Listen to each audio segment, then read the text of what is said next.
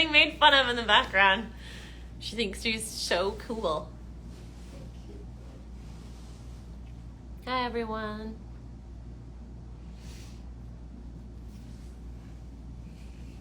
Zerlife? I'm not sure how we say this. Hi. Ooh, Teresa Cordova says, hey, Caro! I'm not kidding. You should come say hi to Teresa. Let's see who else is here. Mrs. Fitlife says hello. We are well. This is Caro poking in to say hello. Hello. Hi from China. Hello, hello. Somebody said, can you talk about justification, please? I'm not sure exactly what you mean. Does that ring a bell for you? Justification? I'm not sure. If you want to ask it slightly more specifically. More context? Yeah, slightly more context. Hello, F. Silva, 2410. How about suffering? Again, that's pretty broad. I mean, what comes to mind is we're all called to suffer. Don't get caught up in the lie of modernity that we can somehow escape from suffering. We cannot. All of us have to do it. And when we pick up our crosses, we wind up closer to God in the end. So it's for the better anyway. Happy Lent. Indeed, happy Lent. And halfway through, whoop, whoop. I don't know what the topic is. There's no topic. We're just talking.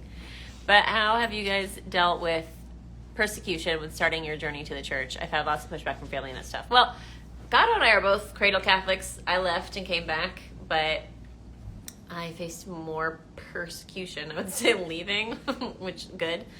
But of the people I know who have / are or in various states of converting, I would say that familial persecution can be really difficult because it's people you love saying things that might be harsh or unsupportive.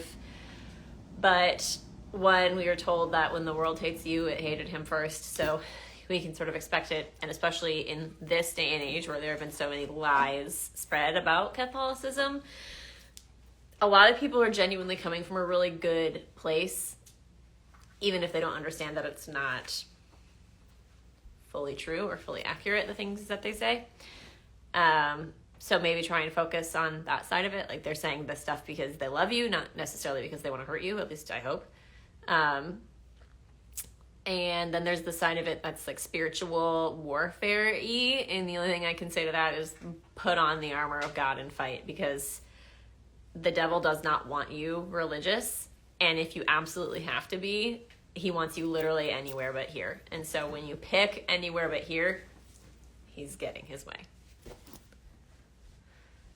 Desiree, I love your glasses. Teresa, I love you. These actually came from Costco. So actually, I wonder, can I see what brand they are? What does it say? Linda Evans, 389, Crystal Brown, 140. And then there's a little logo on them. I don't know if it'll focus on the logo, but it looks something like that. Do faith and works equals salvation? I mean, that's true. It's not just faith and works, and I don't know that I could say anything in this video. I think Kato was watching live on her phone. Is that what you're doing? I think that How to Be Christian has a video on this that's a lot better than mine. So I would say go watch his and hear about it. I had a Baptist come knock on my door the other day, and he was arguing with me on faith plus works does not equal salvation. He was wrong. It's 8 p.m. in California. Indeed it is. 7:58 in my exact hotel room. Happy Friday, F. Silva 2410. Thomas Munoz 12, cover the idea of purgatory. I mean, it's biblical. It's not a punishment. It's just a final place of purification. Like, not everybody leaves the earth a saint, and you can't get into heaven unless you're worthy. So just from a logic standpoint, purgatory makes sense. And I I don't know. I mean, like, I guess if there's a specific thing, it's hard when you say something like cover the idea of or do this, because it's like these are really big topics, so I don't really know where to go. So if you have something more specific, then absolutely, but I don't really want to talk and have you be like, yeah, like, I know. If there's something specific, I would absolutely love to try and tackle it if I know enough about it, but otherwise it's just sort of a big nebulous thing. I don't know, Caro, do you have anything to say about purgatory? I wish she wasn't serious. It's not fun when she's not in front of the camera, and more people say hello to her and guilt her to come on.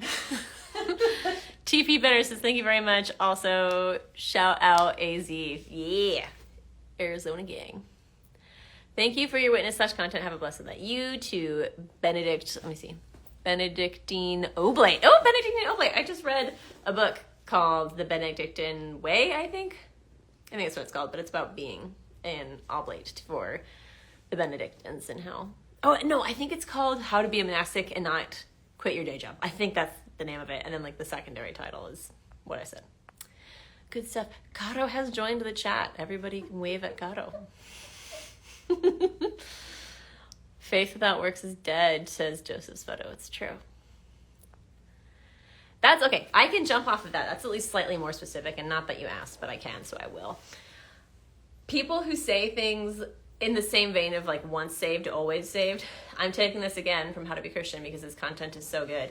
Where people will say like, God gives us this thing and, he'll never take it away. But just because God's not going to take it away doesn't mean that I can't give it away.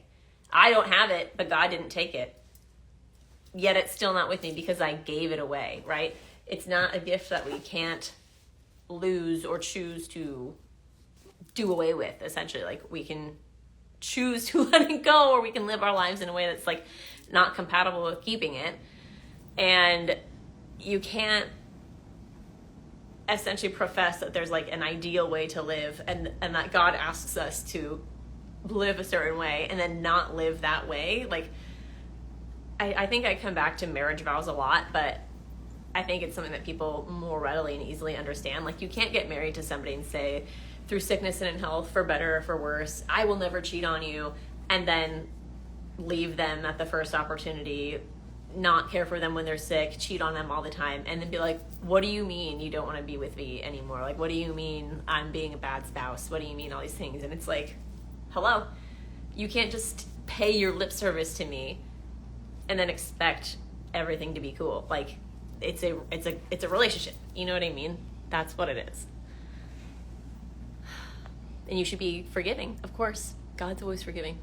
But if you don't want that forgiveness, if you refuse to change your life, how do you get inspiration for content from Yes Catholic? A combo. Sometimes it's just stuff that I'm reading in my own personal time that I think that would be really good. Sometimes I get comments asking about something or requesting something, or sometimes they're just like mean comments, and I think, oh, I can talk about that. And it's helpful because then it's topical and timely, right? Like, somebody says something like Catholics are the Church of Satan because the Bible says call no man father, and yet what do they call their priests? And it's like, oh, okay, well then I'll just do a video on that and talk about why you're wrong. I'm very sassy, and like spite is kind of the inspiration for a lot of the stuff that I do. It's just like, let me show you how you're wrong. Catholic for Rednecks, John Edwards. Everybody go follow him. He says, greetings and salutations. It's my dad, so go follow him. Kelly strikes a pose. South Florida here. Glad to catch you and listen in. Kelly, you're super cool for being on, because I wanted to be on earlier than this because my last live was also super late, but Caro and I ate a lot of sushi and then almost slipped into a food coma. So we drank coffee and watched the sunset to kind of pep back up. Sorry. So I'm sorry it's very late for you, but thank you for coming on. Teresa Cordova says, I want to start veiling during Mass. Since I'm so young and I go to a more modern church, I'm nervous about my peers judging me, especially because no one else does it. How do I learn to face that? This might be the lamest advice you ever get, Teresa, but the best thing I can say to you is just don't care. Like, I know that that's sort of a lame thing to say, but I I feel like when I was younger, I was bullied a lot, and so I cared a lot about what other people thought. And then I sort of hit a point where I was so fed up with dealing with it that again, as stupid as it sounds, I had that thought that was like, why don't I just not care? And then once I gave myself the permission to not care, all of those problems went away. Like, it wasn't, people would give me nasty looks or say crappy comments, and I would just be like, oop, don't care. You know what I mean? It slides right off of you. So that's the first thing that I would say. Second of all, you should acknowledge that if people are going to look at you sideways for being too reverent, maybe that speaks more to their character than your own. So you can tell yourself that to like help contextualize it for you and make you feel better. And third, if you're feeling called to do something, and especially if you feel like God is calling you to do it, and it's not something that is obviously contrary to anything God would want you to do, then you're probably doing the right thing and you don't need to justify it to anyone else. And if like worst comes to worst, you can also find another parish that doesn't look weirdly at you. I mean, I'll be honest, I went to parishes that were more, I'll say it nicely, not so friendly to the child and family aspect of parish culture, and I was tired of it, and I was like, I don't want my kids growing up in a parish where people think that they're burdens or that they're bad. And so we moved home and moved parish, like took the opportunity, and we don't even go to the closest parish to us. We go to one of the closer ones, but it's not the closest because we looked around to find a parish that we felt fit us and that was really family friendly and had a great community, and we chose that. So hopefully all of that combined is some help. But also, I would say in a slightly different vein, experiment with your veils. Like, I didn't know that apparently if you're single, you're supposed to wear a white veil, and if you're married, it's supposed to be black or something like that. So you can experiment with different stuff like that, but you can also experiment with the type of veil that you use. I don't veil. I feel like it's a good thing to do, but I haven't found a veil in the flesh that I can use that isn't actually like overstimulating for me and thus distracting. I think what I need is a veil that's just like something that goes right here and doesn't come in front of my face or do anything because it's too much. So think about that. Think about the type of veil that you wear. Some people might be like, that's a really big veil if they're not used to it and it's one of the super long, huge ones.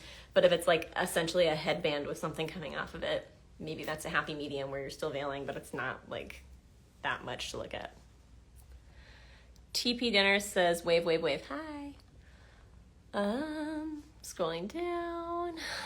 Sorry if the camera's kind of shaking. I'm trying to figure out how to scroll it without obnoxiously shaking the whole stand. Ricky Smith, 1776. Hi.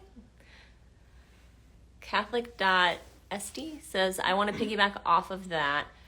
I started off with a head covering like those trendy ones and eventually made it to wearing a veil. Yeah, absolutely. So Catholic.sd and I are of the same mind when it comes to experimenting with those veils. Oh, Teresa, you saw? I definitely have been thinking about doing it.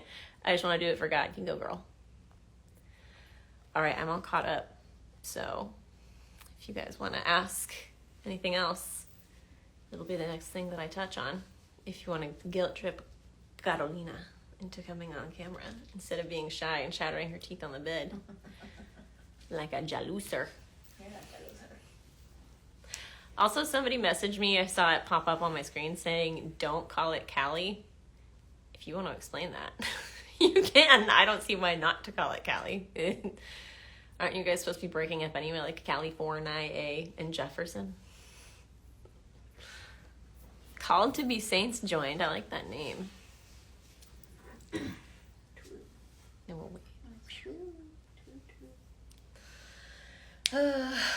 The drive out here was pretty fun. There was some unfortunate circumstances for part of the drive, but we made it in one piece, and the hotel was way nicer than I thought it was going to be based off of the pictures. So that's exciting. And then tomorrow's going to be a busy day. Live Action Young Leaders Summit. I'm very excited.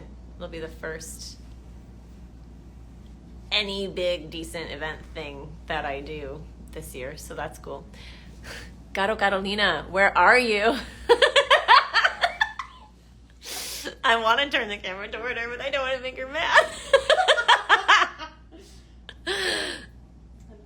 Tips for thriving in my faith as a 17-year-old from Briley Fenner. Gato, you were 17 a lot more recently than I was. Maybe you should answer that question. What a way to bring me in. Caro. 17. She said, tips for thriving in my faith as a 17-year-old. I didn't even really thrive in my faith as a 17-year-old. I mean, I had my primary conversion, but I wasn't a catechized Catholic, as you may have picked up. So, Caro was, though. Yay! Claps for Caro. Yay. Okay. Here we go. There it is. Briley Fenner. Tips for thriving in my faith as a 17-year-old. Did I thrive in my faith? It sounds like you did. Every story. You know, honestly, for me, youth group, and I don't know if you have access to a youth group near you, but I had no active friends in my high school. I had no active people who liked me, and I had a lot of people who were mean about my faith in high school, and it really wasn't until I got good youth group friends or good friends in church where I was like, oh, I finally have people I can talk openly about or hold me accountable to holding my faith or things like that. And so if my greatest advice, and which is why I liked to volunteer for a long time with churches, was to surround yourself as much as you possibly can with other peers like you. And it's not that you can't create friends, in high school or people who don't agree with you, but I feel like in high school especially, there's a point where you really want to have other people understand where you're coming from, and so it's important to find friends that you foundationally agree on. So if you can, I would do your best to reach out and find an active youth group near you, or go to conferences or go to retreats. They're a lot of fun. Steubenville. Yeah, honestly, I went to all the Steubenvilles. The only friends I carried from high school are my youth group friends. So. And I'll piggyback off of that. I know I had my primary conversion, which I would say is my sort of conversion to Jesus. And then my secondary conversion was the conversion to Catholicism specifically. And after I had my secondary conversion, it was still, let me think. So I was 19 when that happened. And I was 26, maybe 25. Once I started to meet all of the people who I would now say are my Catholic friends group. So it was a long time where I prayed and wanted Catholic friends. And it was a combination of it's just kind of lonely when you have a lot of friends who don't understand the most important part of who you are / don't care to understand it. And it's also hard. Gato mentioned accountability and stuff like that. And it's that's true. Sometimes you're just struggling with something and you can't really lay it out for anybody because they don't get it. You know what I mean? And they're not there they're not there for you in that sense to help you stick to something that you're trying to do if you were to share it with them, even if they're well-intended and all that jazz. And then I have another friend who has been a Catholic friend for a long time, but she also didn't really take the faith very seriously until college. And she's said the same thing where she prayed and prayed and prayed and prayed and prayed and prayed and prayed for a super long time for a Catholic friends group, because it's hard to walk any journey alone. As a parent, people say things like it takes a village to raise a child. It takes a village to do anything. Very few people are called to be hermits, and it's kind of the worst to spiritually be a hermit when you're surrounded by a bunch of people, because it's the worst of both worlds, So definitely finding community, I think, is top-notch ideal advice for thriving in your faith as a 17-year-old. You were 17 sooner than me. You're so dumb. Hi, Lauren.e.mc. Is that E equals MC square, or do you just have really cool? Those cards are for Caro. I think those hearts are for They me. are. How can I get back into Catholic society? Says Bend a zombie slayer or bend a zombie slayer. Let's see. So how to get back into Catholic society? Put yourself into it.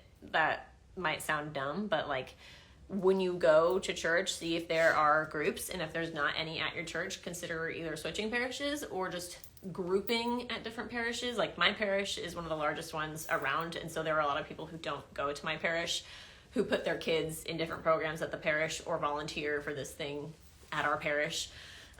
So find something like that. I don't know.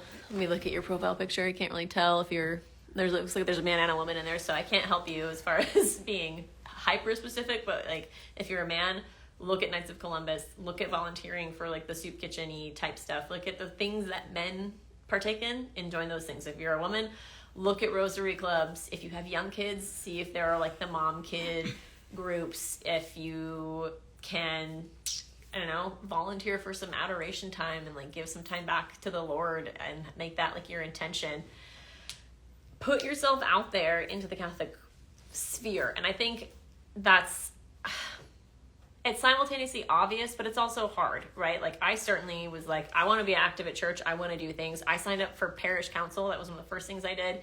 And I joined the parish choir, and that was helpful. I mean, it wasn't exactly the friends group because it was me, a millennial, with a bunch of like boomers. And I can be friends with people who are not my own age, but it's hard when they're talking about how they're having a hard time with their daughter who is my age. like this is, I should probably be friends with your daughter, you know? But yeah, putting yourself out there, joining different groups, finding those common interests, and then going to different things like this live action Young Leaders Summit. It's not an expressly Catholic thing, but there are a lot of Catholics who are here. There's at least 2, you know what I mean? And then there's others, like Steubenville conferences. It's not just the one for kids. There's another one this summer. I wish I could remember what it was on, but I tried to put it out of my mind because I'm upset that I can't go. But I think it's no, it's at Steubenville. Oh, JK. But I'm traveling too much during July already, so I can't add that trip in there. But there are Steubenville events for grown-ups too, and there's the Eucharistic Congress that still has tickets on sale. There's going to be a lot of Catholics there, and there's Catholic Palooza that's coming up in July, and there's going to be a lot of Catholics there. And there are always things that are local to you too, like in a week I think there's going to be a talk at the JP2 Institute out in Phoenix. Like there are things, and you can go, and some things are more conducive than others. Like the talk is going to be a bunch of people sitting down and listening to a talk. So unless you talk to them like before the talk starts, you guys get seated and you start chatting. Maybe not as great as something like a Steubenville conference or a SEEK or an SLS or whatever, but get yourself out there, get to events, find the ones in your community, find the groups in your community. I would also add, just because I think like most people know, like, okay, let's just go out there. I think it's also really important, you know, no matter your age or where you are in your faith, you are not always going to find your people at the first event you go to, at the first church you go to, at the first retreat you go to. I am like, I'm a silly amount of extroversion, okay? And I still have had to spend retreats by myself, and it's really hard. And it's hard for me, someone who has no problem interjecting themselves into conversations, creating new friends wherever I have to absolutely do it. And I've still spent retreats alone in college and things like that. So, and I know people, you know, upwards of 30 and 40 who say they'll go to events and they just can't like really click with anyone. And I know high schoolers who go to things and they're like, I know people will tell me, like, I know you found your friends there, but, like, my youth group sucks. Yeah. You know, or the young adults near me are lame, you know? And so you are not always going to find your people. And that's really hard to keep going when you're tired of meeting the same people or people who are already in a group you don't know how to click with. And it gets difficult. And I think while you're finding your community, it's also important to know why you're in this church. You know, I think you have to remember, like, you're finding the truth, and you're finding the truth in your church, and with that you'll find eventually people that, you know, you'll get along with and that you'll be able to share in love and faith with. But it is not a guarantee. You know, just in the same way that if you go to work, you're not going to get along with all your coworkers. Yeah. Just because I go to the First Parish, you know, I decide to after coming back to the faith, doesn't mean I'm going to get along with that parish, you know, so hop around. Yeah. And it's okay that you even encounter people that you disagree with. Like, it's okay. Just, I think it's important to just recall why you're looking for community in this, and to recall the validity of your faith, and then just move from there. And I'd say be open too. Like, maybe your friends group does wind up being a little bit older than you, or younger than you, or like nerdier than you, or cooler than you, or whatever.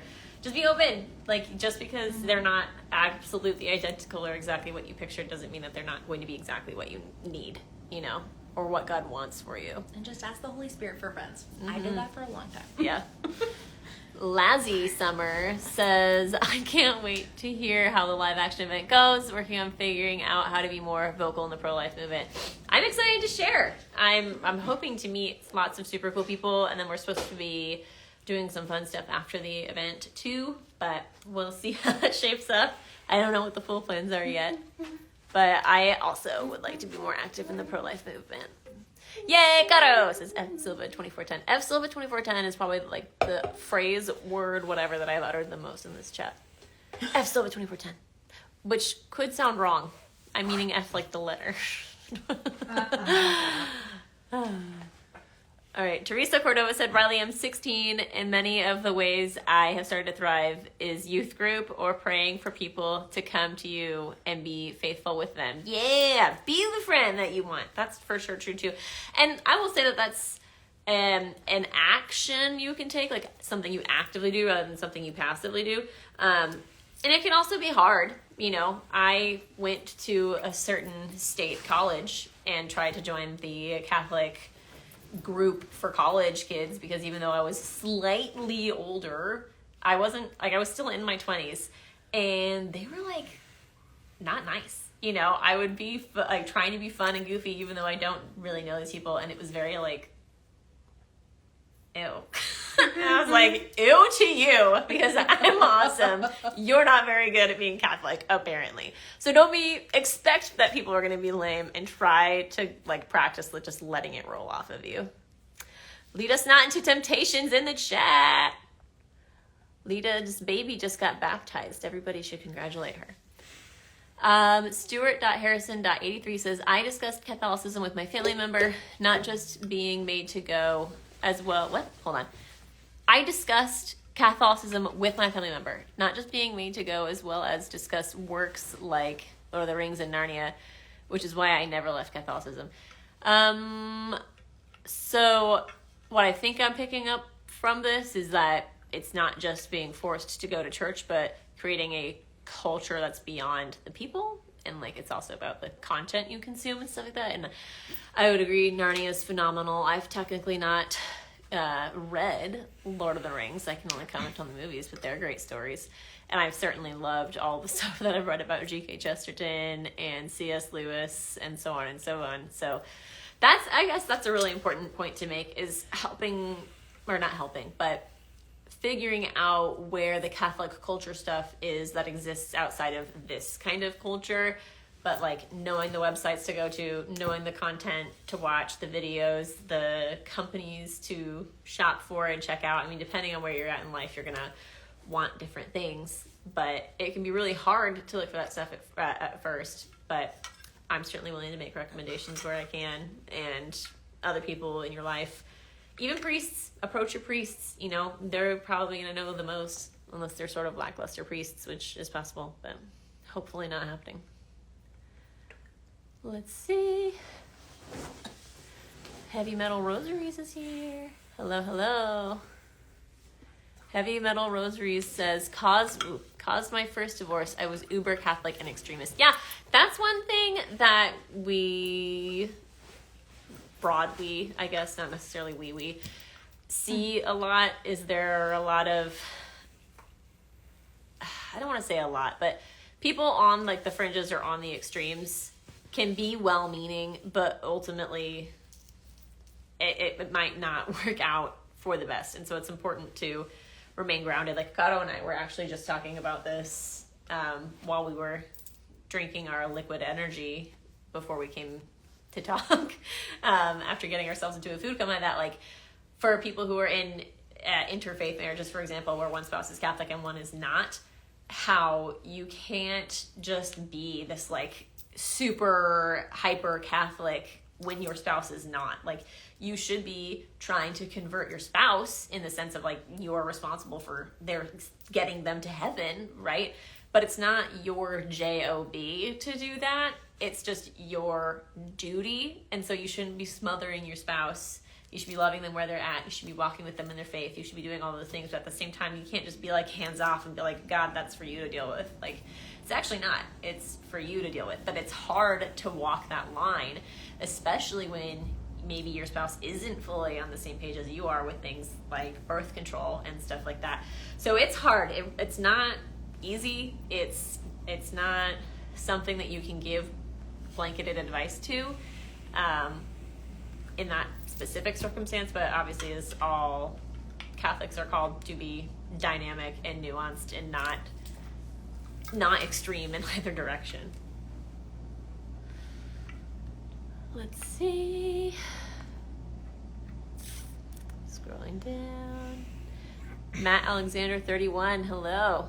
Philip C_03, hello. Michelle _Rose 4321 said, great advice. Thank you. That was also probably for you too. Great advice.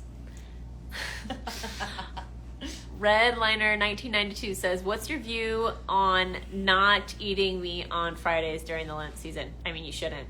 I don't eat meat on Fridays year round because that was walked back from a requirement, meaning you're sinning if you're not, and stepped down to it's not a sin if you don't, with the ladies expected to continue the tradition. But like a lot of things, people were like, oh, I don't have to do that, and then they stopped. So it's up to you to determine whether or not you take on every single thing that's optional, or pick and choose the optional stuff. You certainly don't have to pick up every devotion, but I mean, I don't. Yeah. The not eating meat during Lent, that's extremely Lenty to do. It's to, and also the spirit of not eating meat, right? Because there are some people who intentionally eat meat because they love seafood, and it's not a sacrifice for them to eat fish on Friday. It's actually a sacrifice for them to be like, everybody else is eating fish and I don't get any, right? So it's also the spirit. Or if you're like, I also don't like fish, so I'm going to eat some fish and then I'm going to eat a pound of Doritos. Like, that's not the spirit of Lent. Do not gorge. The spirit, people. Mike Mitchell 359, hi. Mom_mom4E, hi.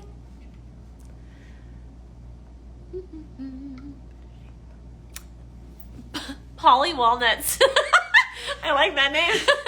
PauliWalnuts 24. I went through a very sexual phase in my teens and early 20s because girls really liked a certain part of me. I was not the ladies' man in high school. I was not the ladies' man in high school, and then in college rumors spread. All right.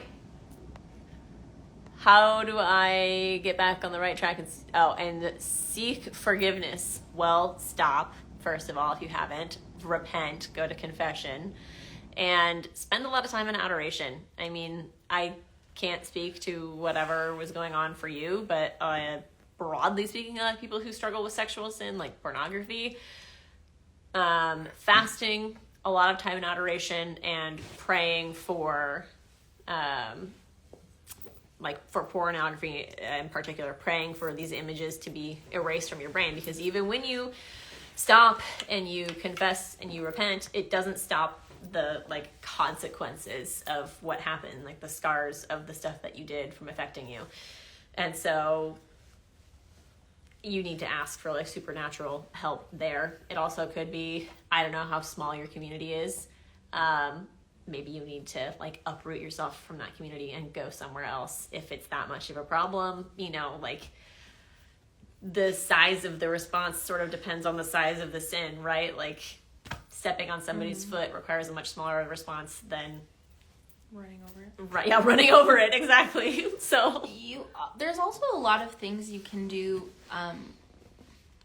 to put yourself in a place of accountability. I definitely, right, you want to seek forgiveness, you want to go to confession, and you want to remove those things from your life, but it is so much harder when you don't remove yourself. So there are things, what on earth is that thingy called? Anyways, it's a thing you can put on all of your internet service. I think Matt Fred talks about it, yeah, right? Matt Fred talks about it. But it's essentially a subscription. What is it called? Somebody in the chat will know, I'm sure. Anyways. Covenant Eyes. Covenant Eyes. So you can use Covenant Eyes, and you can put it on all of your devices, right? Your phone, your computer, your whatever. And you typically have an accountability partner.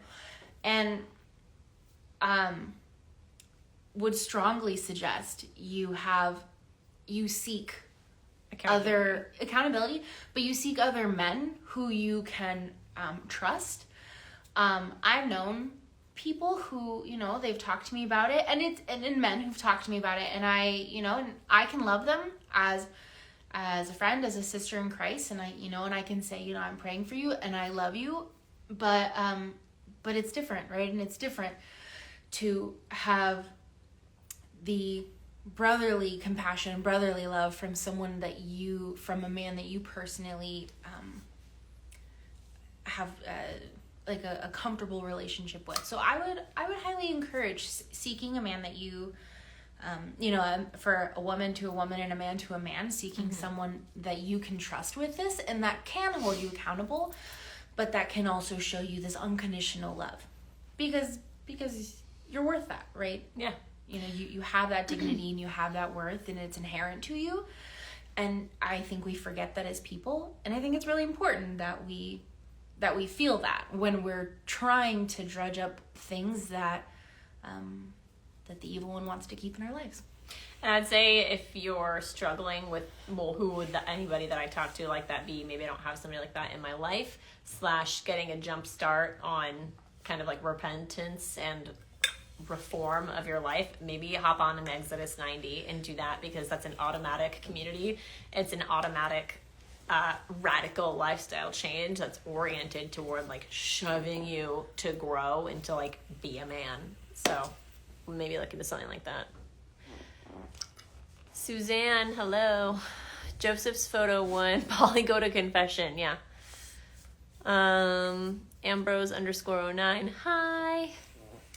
Theo _ Lamana. Hi. Scrolling down. Who's Caro? This is Caro. This is my Caro. Everyone, hi Caro. Hey, I'm Caro. We're going to the summit together. Oh, I think I might be like way behind. I might have to just go start talking a little faster. Francisca So2 says, so do you guys do fasting when it's Friday? Because in Indonesia, we do fasting pre-Easter. So I think the minimum that we're called to do for Fridays is no meat, 2 snacks, and then a meal. We abstain from meat, yeah. Yeah. No, but the church only asks that you fast twice a year. So it's pretty minimal. It's Ash Wednesday and Good Friday. Those are the days that we're legitimately asked to fast. fasting, yeah. You abstain from meat Fridays and Lent, but it's not, at least in the U.S., it's not a requirement that you do so. That's a really wonderful thing. That's cool. Yeah. But the church only asks, and really 2 days of the year is not a lot. Yeah. So they only ask Ash Wednesday and Good Friday, though, that you And you're fast. also supposed to fast an hour before church. Oh. But, I mean, it's hardly a fast. I guess. But yeah, that's still kind of abstaining from food. Yeah. Heavy metal rosaries. Those were her words, not mine. We also had a bad priest who gave bad advice that she hung her hat on. That's really sad, and I'm really sorry to hear that. I'd invite but never force anything. That's good. I certainly wasn't meaning that you are like an extremist in one way or the other, as much as that's a thing, right? Like, it's hard to be even nuanced. Like, even I'm actually like a pretty central Catholic, but because you hear so much in like the online conversations that there are these extreme trads and these extreme liberal Catholics. If I voice my opinion one way about one thing, I get called an extremely like trad Catholic, and if I voice my opinion another way on another thing, I'm called a liberal Catholic. And it's like, yeah, I'm not those things, I'm just a Catholic. But when that's part of the conversation so much, because there are not great people trying to masquerade their, you know, fantasies as religion, it kind of messes it up for other people, and then it's worse when the people who are supposed to be guiding you and shepherding you are not top notch. Amy, hi. Pure World Truth, hey, hey. Let's see. Scrolling down. PauliWalnuts, thank you. My innocence is stolen from me. I'm very sorry to hear that. That is not an easy thing to sit with. How do we see this? Omianum? Happy Fish Friday, indeed. Peace out. Did I catch up? I caught up. We caught up. We're caught up. Okay. Now at me? Okay. I think we might actually hop off because we are tired and we still need to clean up. And who am I kidding? Lounge on the bed and watch TV. No way, Jose. Hello. Let's see. It's 8:35. Probably like a few more minutes. Probably hop off by 8:40. So if there's anything else anybody wants to say, any prayer intentions, anything, you let me know. PauliWalnuts, where are you girls located? Presently, we're in a hotel room in California, going to the Live Action Young Leaders Summit tomorrow. So exciting. Fan.gator. I'm liking some of these names tonight. What was the one from earlier? Something about zombies? Bend to Zombies or something? That was good. Zombie Slayer? I think it was Bend to Zombie Slayer. Valerie Juarez. Hello. Let's start. Ooh. I can wave to people. Briley Fenner, is it an issue if I wear a black veil while single? No, it's really not. I mean, not morally. Yeah, right, not morally. I think it's one of those things that single people who are kind of more knowledgeable about their faith can kind of use it. So, like, you know, if you're single, you might want to wear a white veil just to sort of advertise, like, hey, eligible lady. You know what I mean? But you're also not 18, so I wouldn't worry that much about it. Happy weekend, fan.gator. Louis Vuitton. Hi. Up there. One angry Scotsman. I like it. You and Logan. Hi. I'm so excited. I'm being confirmed in 15 days. Woo! Welcome home. So exciting. Put some like party explosions in there, right? I wish I knew more about how to do fun stuff on here. I don't. Oh, I guess there are filters, but I don't want to put any of them on because who knows what they do. I don't trust anything. I'm not playing with it on the internet. I'll play with it privately.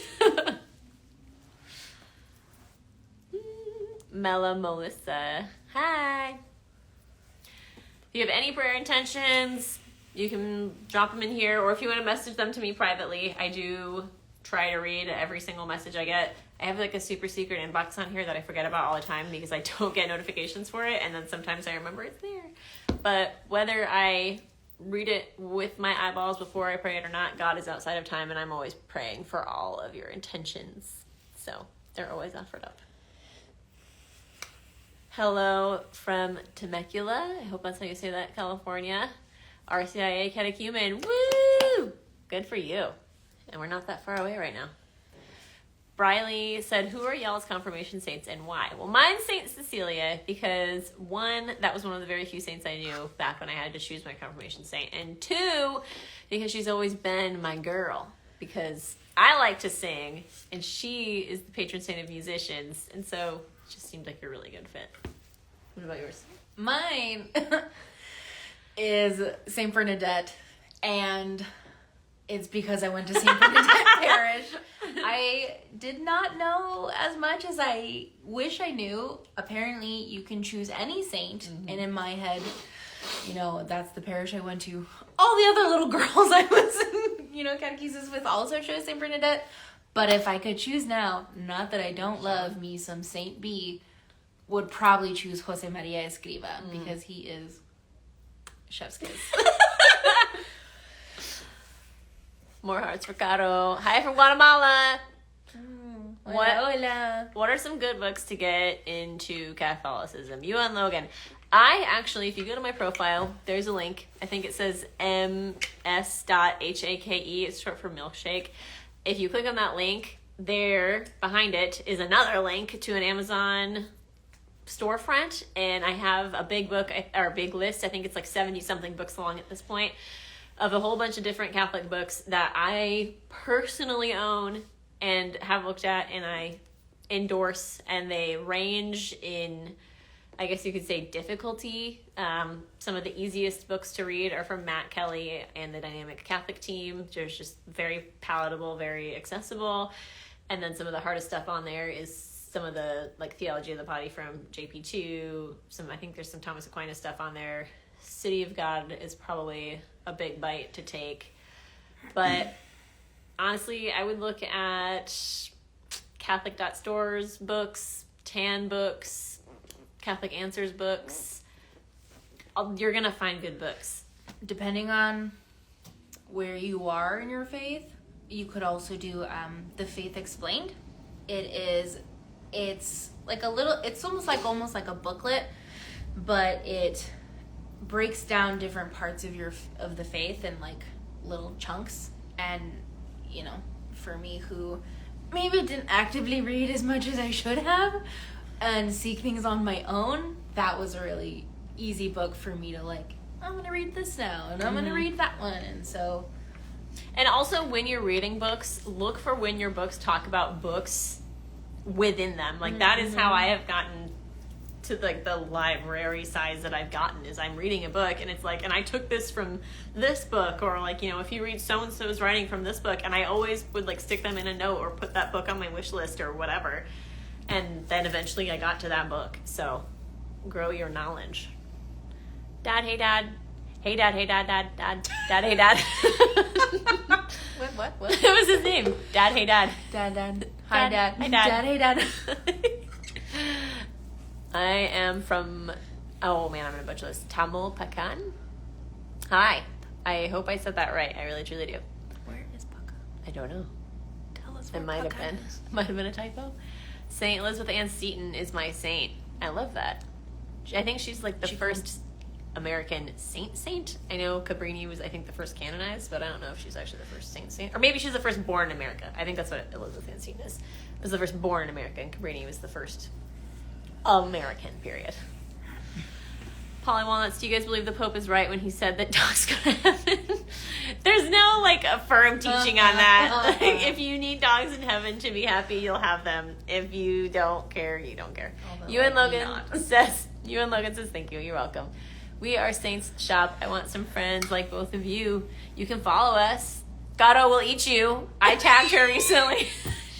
No one followed her. Don't she was very follow me. upset. She didn't get the Uncatechized Catholic bump, guys. Like, where is my follow me?